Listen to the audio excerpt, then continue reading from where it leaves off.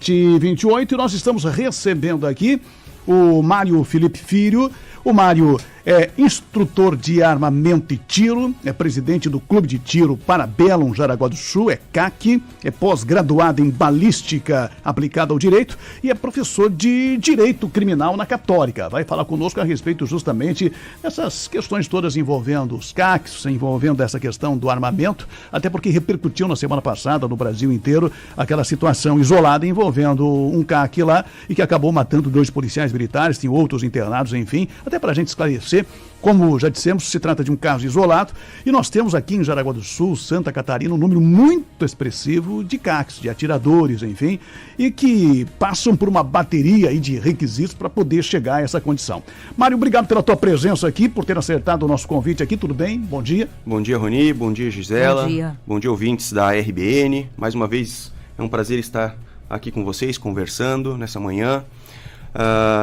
Então, Roni, essa é uma questão... É uma particularidade aqui, uma peculiaridade que aconteceu, né? É um incidente triste, né? E eu já desejo ali minhas condolências aos familiares dos envolvidos nessa tragédia que aconteceu ali no Rio Grande do Sul. Mas a gente tem que cuidar para não fazer com que a exceção seja considerada como regra. Não generalizar, né? Exatamente. Ali é um caso entre milhões de situações regulares que existem, né? Então hoje a gente tem mais de 1 milhão, quase 1.500.000 CACs no nosso país, né? E esse foi um incidente que ocorreu apenas uma única vez, com um cidadão ainda por conta de problemas psicológicos, problemas mentais. Ele parece que entrou em surto psicótico, né? E acabou atacando os seus familiares e os policiais que vieram combatê-lo. Mas o que é importante a gente tratar é o seguinte: a culpa dessa situação, né, não é da arma de fogo, não são dos CACs, não são dos atiradores, daqueles que praticam o esporte, de caçadores ou de colecionadores. Ali foi uma situação, uma fatalidade de uma pessoa que surtou. Essa mesma pessoa, ela poderia ter utilizado qualquer outro instrumento. Ela poderia ter utilizado uma arma branca, né, que são facas, machadinhas, que é aquilo que aconteceu aqui próximo em Blumenau. Não sei se vocês se recordam, aquele massacre na creche. Sim, né? sim. Então foi com arma branca. E agora você vai proibir a venda de facas no comércio? Não tem como. Mário, o que chama atenção é que parece que esse cidadão tinha esse histórico de esquizofrenia, né, problemas mentais, enfim, já antes de ser CAC. Várias internações. Como é que funciona? Eu queria que tu explicasse pra gente quais são os requisitos, quais são as exigências nesse sentido, com relação a essa questão, porque eu sei que é uma série de exigências aí pro cara ter essa condição de ser CAC, né? Exatamente. Então, para a pessoa se tornar CAC, primeiro, o que significa CAC? CAC é uma sigla de caçador, atirador desportista e colecionador. Então são essas 3. Você pode ter você pode apostilar as 3 atividades ou apenas uma, né? Então você pode ser apenas atirador, ou atirador, caçador e colecionador. Isso depende muito do seu objetivo ali. Para você se tornar um CAC, você tem que primeiro passar por um teste psicológico, né? E não é qualquer psicólogo, tem que ser um psicólogo credenciado pela Polícia Federal, e há um período que ele tem que inclusive renovar o seu credenciamento. Depois que você faz o teste psicológico, você tem que fazer um teste de tiro, também com um instrutor de armamento e tiro credenciado pela Polícia Federal, para demonstrar que você tem capacidade técnica para o manuseio daquele instrumento. Feito isso, você tem que ter certidões de antecedentes criminais, né, negativas, então não pode ter cometido crime, não pode estar sendo processado ou investigado pela prática de crimes. Você tem que ter trabalho lícito, tem que demonstrar a prática de um exercício profissional. Você tem que ter endereço fixo, e agora eles aumentaram inclusive a comprovação do seu endereço dos últimos 5 anos, né, que gerou mais uma dificuldade ali, porque a maioria das pessoas não fica guardando, né? Ou muda, mas se muda não, mas é mais a questão de ficar guardando comprovante, ninguém guarda, né? Dos últimos 5 anos. Então e depois você tem que se filiar num clube de tiro, tá? Feito tudo isso, você encaminha ou pessoalmente ou via despachante, aí junto ao Exército, faz o requerimento, e aí preenchendo esses requisitos, você adquire o seu registro de CAC, né, que é um certificado de registro. E isso dura quanto tempo? Porque para essa exigência toda você tem todo um procedimento, né? e um processo que demora, né? Demora. Em média, assim, entre o cidadão quer ser um cara que vai comprar uma arma e quer encaminhar essa documentação toda. Então, essa talvez seja uma das perguntas mais difíceis de serem respondidas, porque ela depende muito da região militar, depende muito de quem é que está fazendo essa gerência de alguns procedimentos internos. Com a entrada em vigor do último decreto presidencial, houve um travamento nos processos de novos CACs, de atiradores. A gente, basicamente, o Exército Brasileiro, que é quem emite esse certificado, ele basicamente ficou 1 ano e 8 meses, quase 2 anos, parado. Tá? Então, desde 2022, dezembro de 2022, a gente teve registros protocolados, por exemplo, lá no nosso clube, em dezembro de 2022, que saíram agora em junho, julho deste ano, né, 2024. Então, né, 1 ano e 6 meses, 1 ano e 7 meses, acabou demorando. Isso atrapalhou muito os praticantes de esportes, os atletas do tiro, que precisavam renovar os seus registros, e atletas novos que estavam iniciando em alguma modalidade esportiva, praticamente ficaram sem poder praticar o seu esporte, né? Mas agora, a partir deste ano, a partir de meados deste ano, houve uma mudança. Então as regiões militares elas tiveram que correr atrás do passivo que ficou pendente, né, dos processos antigos, colocar em dia e começar a aprovar, ou melhor dizendo, analisar os novos registros. Nossa região militar aqui, de Jaraguá do Sul, é a 5ª região, que pega na região sul, mas a gente fica vinculado ao 62 BI, né, que é ali de Joinville, o Batalhão de Infantaria de Joinville. Recentemente houve uma mudança, inclusive, no pessoal do SFPC, que é o Serviço de Fiscalização de Produtos Controlados ali internamente. E cada vez que há uma mudança da equipe, há mais uma demora. Algo que poderia ser deferido em 30 dias, às vezes pode demorar 6 meses, 2 meses, isso então varia muito, infelizmente, da sorte da pessoa, né? Você faz o processo e aguarda o seu deferimento. Existe alguma fiscalização, Mário, que a gente estava falando do caso que aconteceu no Rio Grande do Sul, Sim. E a pessoa era CAC e tinha transtorno, mas existe alguma fiscalização nesse sentido para saber como está, de modo geral? Então, existe, ou pelo menos deveria existir. Sim. A competência para isso é do Exército. Nosso governo federal está tentando passar essa competência para a Polícia Federal. Só que existem 2 sistemas de controle de armas. Tem o controle de armas feita pela Polícia Federal, né, que é o sistema Sinarme, e o sistema Sigma, que é o sistema do Exército. Então, os CACs eles ficam vinculados ao Exército por conta da prática do desporto. Armas compradas exclusivamente para defesa pessoal, aí são fiscalizadas pela Polícia Federal. O problema é, você jogar tudo isso nas costas de apenas uma entidade, ela não vai dar conta. A Polícia Federal quase não dá conta de investigar os crimes federais que ocorrem todos os dias. Olha só a quantidade de inquéritos policiais que estão em andamento. Agora, você jogar nas costas deles mais um tipo de fiscalização, que o Exército, com todo o seu aparato, já não dá conta. Então, a gente tem esse déficit. O Exército, de um modo geral, ele pode fiscalizar qualquer um dos CACs. Tendo você registro de CACs, ele pode te fiscalizar a qualquer momento. Ele vai te informar, ele vai ligar para você e vai dizer, você vai passar por um procedimento de análise. Eu, na condição de CAC, já há mais de 10 anos, uns 15 anos já, eu já sofri 3 vistorias. Eles vêm, eles agendam, vêm na casa? Vêm na residência, eles analisam onde você guarda o seu armamento, como que está feito, quando é feito o procedimento, questões de segurança, em especial questões de segurança, se o seu local é seguro para a guarda do armamento, até porque o Exército não quer que as armas caiam na mão de criminosos, de bandidos e assim por diante.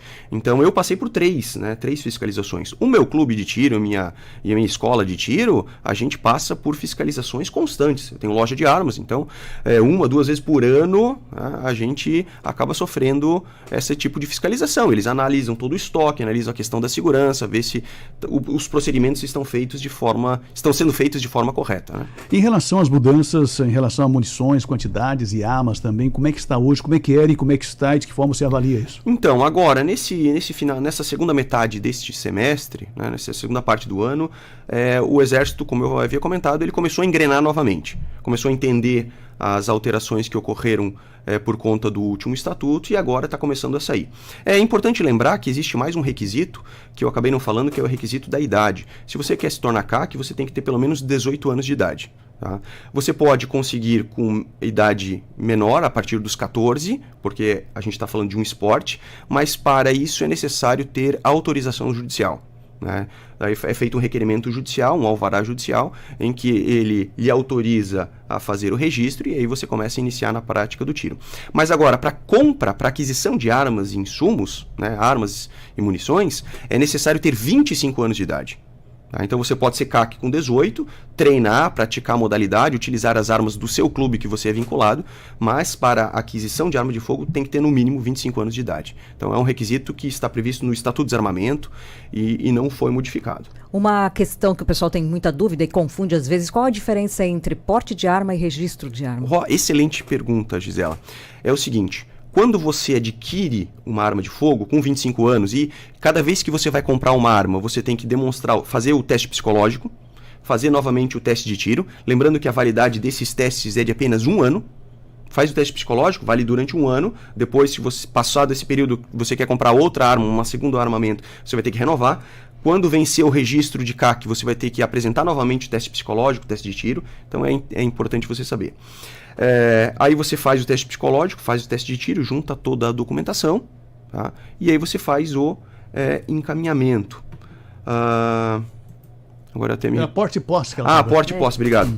Então é o seguinte, depois você faz a aquisição da arma de fogo. Tá? Se a pessoa quer, por exemplo, comprar uma arma hoje pelo Exército, como atirador, porque ela quer iniciar a prática do tiro, ela faz primeiro o CR, Certificado de Registro, depois que você é deferido o certificado de registro, você faz um novo pedido junto ao seu certificado, tendo que provar o teste psicológico e o teste de tiro para depois você adquirir. Quando você recebe esse armamento, você pode levar ele para a sua residência, você tem a posse.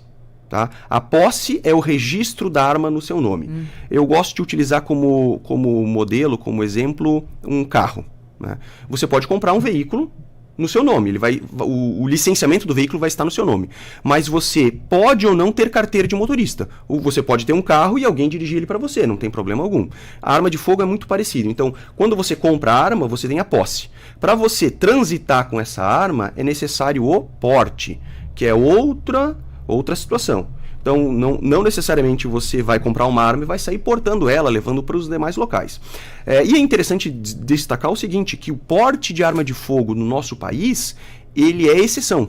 Tá? O Estatuto de Desarmamento, lá em 2003, ele proibiu o porte. Está bem claro lá em seus artigos 5º ou 6º, diz que o porte de arma de fogo é proibido no nosso país. Salvo algumas exceções. Quais são as exceções? Forças de segurança pública, de modo geral, todas as áreas policiais, militares, tá? E o cidadão civil, né? As pessoas que possuem porte funcional, que a função lhes garante o porte, como juízes e promotores de justiça, e a pessoa e o cidadão civil que comprovar a efetiva necessidade. Né? Fora essas exceções, ninguém possui o porte. E é interessante aproveitar e esclarecer aos ouvintes do seguinte: tá, mas eu comprei uma arma como CAC e eu quero levar ela no clube para atirar. Como é que eu faço esse procedimento? Você emite uma guia de tráfego. Tá? A guia de tráfego é um documento que autoriza você a tirar a sua arma do seu local de acervo, geralmente na sua residência ou local de trabalho, e transportar ela. Olha que interessante, é uma guia de transporte e não uma guia de porte. Você não pode estar portando a sua arma, você pode transportar. Qual é a diferença? No porte, você vai estar com a arma municiada e você vai carregar ela junto ao corpo, num coldre, numa bolsa, em algum lugar. No transporte, você tem que trazer obrigatoriamente a arma desmuniciada, tá? Então, ou seja, a arma separada da munição, num case, numa bolsa, em algum outro estojo, mas não pode estar na cinta, num coldre, não pode estar junto ao corpo. Certo, em relação a essa questão da quantidade, arma para defesa pessoal e a arma no caso do CAC, né? Quais são as quantidades hoje, o que é permitido, o que é que mudou nesse sentido? Então, houve uma grande alteração e isso ficou um cenário um pouco complicado, em especial por conta da transformação do calibre 9mm em um calibre restrito. Tá? O que é interessante é o seguinte: o cidadão quer uma arma. Qual é o objetivo? Eu quero uma arma para me defender, para deixar em casa, para deixar no meu quarto, porque eu moro numa propriedade rural, porque eu moro afastado do centro, por conta de alguma parte, porque eu moro numa residência térrea que não é muito segura e eu gostaria de ter uma arma para me defender. Você vai comprar arma pela Polícia Federal. Tá? Atualmente você poderia ter até 4 armas, mas tem que ter justificativas. O que a Polícia Federal tem deferido hoje? Se você tem uma residência, você quer uma arma para aquela residência, eles vêm autorizando pelo menos uma arma para você ter no seu escritório, no seu local de trabalho ou na sua residência. Essa arma ela pode ser guardada municiada, ela pode ficar a pronto emprego num local seguro. Você assina um termo de responsabilidade. Se algum menor, se algum doente mental, se alguma criança, né, se alguém tiver acesso à sua arma, você vai responder pela omissão. Então você tem que estar ciente disso. Eu tenho uma arma em casa, tem que deixá-la no local seguro, mas você pode utilizar ela para defesa. Essa arma da residência que você compra pela Polícia Federal, que você usa para defesa, não é a arma que você pode praticar esporte. Tá? E, eventualmente você consegue uma guia de tráfego para levar num clube para efetuar uns disparos, mas é um processo burocrático que acaba demorando e tem que fazer isso toda vez e a pessoa desanima. Então, se você tem a intenção de comprar uma arma para a prática do esporte, o ideal é comprar pelo Exército. Mas daí tem que fazer toda a vinculação ao clube, e aí você pode semanalmente, uma vez por mês, pode todo dia, enfim, na quantidade que você quiser, ir ao clube e fazer os seus treinamentos. Aí muita gente me pergunta, tá, e essa arma do Exército, essa arma comprada pelo CAC? Né? Ela pode ser utilizada para defesa? Pode, mas não é esse o objetivo. Aí a gente entra numa outra seara que é a chamada legítima defesa, que é uma excludente de ilicitude no direito criminal. Numa situação de legítima defesa, a gente pode utilizar qualquer material que esteja ao nosso redor, à nossa disposição. Então, eventualmente, se você é CAC e você tem uma arma em casa, você vai poder utilizá-la para defesa, mas não é esse o objetivo. Tanto é que as armas dos CACs, elas devem ser guardadas em casa, dentro de cofres e locais seguros, separadas da munição. Diferentemente da arma da Polícia Federal, que o objetivo é defesa, então ela pode ser guardada municiada, né, com a munição a pronto emprego. Certo. Tem aquela questão da fiscalização que você já frisou aqui. Nós falamos desse cidadão lá de Novo Hamburgo que tinha casos de esquizofrenia e depende da fiscalização. E quem vai fazer é o Exército e enfim, a Polícia Federal. E são casos isolados, né? Não dá pra gente generalizar. E a gente já soube informações também, assim como tem o PCC e facções, enfim, pagando, estimulando formação de advogados, curso de direito e juízes, as coisas todas. A gente tem também essa situação envolvendo o próprio crime usando CACs, né? Mas aí é aquela questão de fiscalização. Depende da Polícia Federal e do Exército. Assim, o brasileiro sempre dá um jeitinho em todos os segmentos, né? De tentar de alguma... E o crime está se infiltrando, seja em São Paulo, no transporte coletivo, vai se infiltrar se você não tiver uma fiscalização rigorosa, né? Sim, é muito importante essa fiscalização, mas mais do que a fiscalização, é uma comunicação entre os órgãos de segurança, talvez ali a questão hospitalar dessa internação, para fazer passar uma informação compulsória para o Estado, para saber realmente se a pessoa tem esse problema mental ou não. Mas o que falta hoje é a troca de dados, né? Por exemplo, o Exército não tem acesso aos dados da Polícia Federal. A Polícia Federal não tem acesso aos dados do Exército. Essa informação cruzada. Essa informação cruzada, só que não é exclusividade só do Exército da Polícia Federal. Vamos pegar a segurança pública de um modo geral. A Polícia Civil. A Polícia Civil de Santa Catarina é uma polícia específica. A Polícia Militar é outra. Que ela também não tem uma comunicação, porque o sistema não é integrado com o resto do país. Então a gente tem no Brasil essa falta de planejamento, essa grande dificuldade, né, em especial da fiscalização, por conta disso. Não foi muito bem organizado, né? As áreas acabam ficando de forma isoladas, né? Isoladas, e elas não trocam essas informações. E ao meu ver, eu creio que esse seja um dos maiores problemas, né? Mas, assim, ressaltando aquilo que foi comentado mais inicialmente no jornal aqui de hoje, olha só a quantidade de acidentes que a gente tem no nosso país. Hoje morre muito mais gente por acidente de trânsito do que por arma de fogo. Então a gente tem um grande problema, que são esses acidentes, essa falta de cuidado no trânsito. Eu até ouvi uma professora sugeriu nas escolas, né, ter uma cadeira, ter uma disciplina sobre educação do trânsito. Isso seria perfeito. E olha só, a gente mora em Jaraguá do Sul, uma cidade relativamente segura, né, com algumas particularidades, mas com relação à taxa de homicídio muito baixa, mas que olha a quantidade de pessoas que morrem no trânsito. Sexta foram 3. Três só na sexta-feira, né? Então isso é um absurdo. Então a gente tem que ter uma visão. E a gente tem que cuidar com essas narrativas do governo federal, dizer, o problema então são das armas. Então a gente vai dizer, o problema são dos carros, vamos proibir todo mundo de andar de veículo? Não, você tem que conscientizar a pessoa. E, obviamente, tirar a carteira de habilitação para quem não respeita as ordens de trânsito, as regras de trânsito. As campanhas, né, de conscientização. Exatamente. Então, se a gente pega isso de criança, né, já vai ensinando essa questão da educação do trânsito, olha quantas vidas vão ser. E mais, né, Mário? As crianças são multiplicadoras, elas vão levar para casa, para os adultos também, essa conscientização. Sim, é verdade. Mário, obrigado pela tua presença aqui. O Mário Felipe é instrutor de armamento e tiro, é presidente do Clube de Tiro Parabellum Jaraguá, é CAC, é pós-graduado em balística aplicada ao direito e é professor de direito criminal, né? Processo penal e direito penal também. Obrigado pela presença, estamos aqui sempre à disposição. E nós agora conquistamos recentemente também essa questão do título de capital nacional, né? Dos atiradores, em função da nossa Chite Sem Festa, enfim, já foi aprovado no Senado, não sei se já foi sancionado ou não, mas falta a sanção lá do presidente. E nós entrevistamos aí sobre esse assunto aí recentemente também o senador Espiridião Amin. Obrigado pela presença aí. Eu que agradeço, obrigado a vocês, obrigado aos ouvintes da RBN. E só destacando o seguinte, né? Nosso estado de Santa Catarina é proporcionalmente falando, que mais tem armas em circulação. E é um dos estados mais seguros do país, demonstrando justamente que a quantidade de armas de fogo por si só não é um indicativo de aumento da violência, como muitos acabam indicando. Obrigado, Mário. Boa semana. Valeu.